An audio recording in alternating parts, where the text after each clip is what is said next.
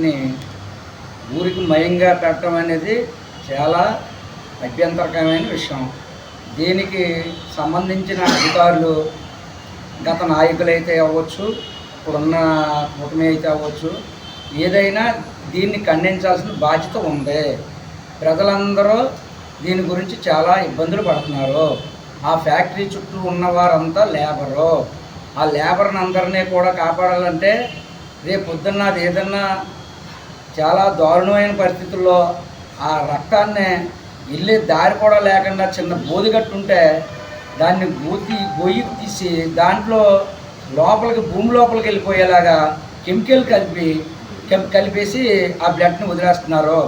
దానివల్ల చాలా అర్థాలు ఉంటాయి.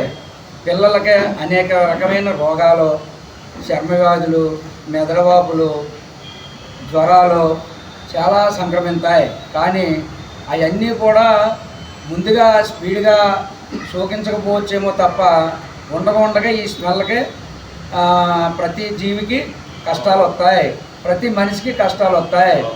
అలాగే లాయర్ గారు ఇందాక గోమాతని దేవుడిగా పూజించాలి, ఒక బొమ్మలాగా ఆడమ్మాయిని పెట్టాలన్నారు. కానీ ఇవాళ గోమాత మనకి దొరకదు. అలాగే ఆవు పాలు దొరకవు, గేదెలు దొరకవు. పాలిచ్చే ఆవులు, పాలిచ్చే గేదెల్ని కూడా అంతరించేస్తున్నారు. రేపొద్దున మనం కూడా మనుషులు అంతరించిపోతాం ఈ రోగాలకి.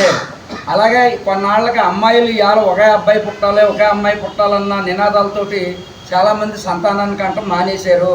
కానీ అదే సంతానం అంతరించిపోయి ఇవాళ ఓ పిల్లడికి పెళ్లి చేయాలంటే పెళ్లి కొడుకు దొరకట్లేదు, ఓ పెళ్లి కొడుకు పెయ్యాలంటే పెళ్లి కూతురు దొరకట్లేదు, పెళ్లి కొడుకు దొరకట్లేదు.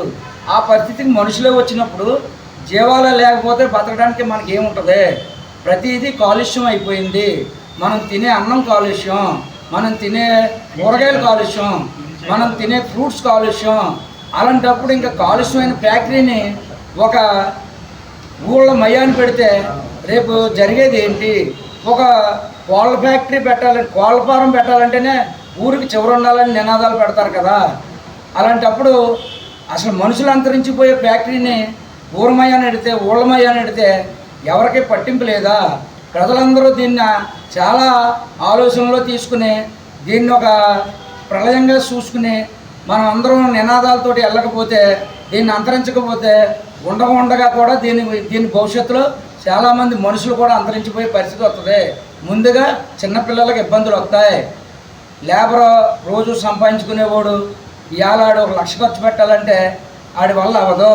కానీ అది లక్షల మీద ఖర్చు పెట్టి వైద్యాలు చేయించుకునే రోగాన్ని తీసుకొచ్చి అక్కడ పెట్టారు.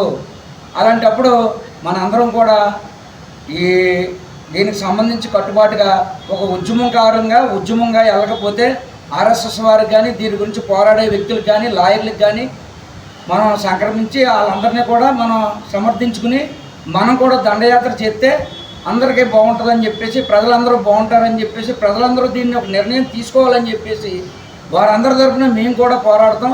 వారు కూడా మనకు ప్రజలందరూ సహకరించాలి. ప్రజలతో పాటు నాయకులు సహకరించాలి, నాయకులతో పాటు అధికారులు సహకరించాలి. ఇది అంతా కూడా దృష్టిలో పెట్టుకుని చేయకపోతే దీన్ని ఎంతవరకైనా తీసుకెళ్ళడానికి మాతో పాటు మా సహకారం ఎంతవరకు అయితే ఉంటుందో అంతవరకు మేము కూడా వారితో పాటు, ఆర్ఎస్ఎస్తో పాటు, అలాగే న్యాయవాదులతో పాటు మేము కూడా సహకరిస్తాం.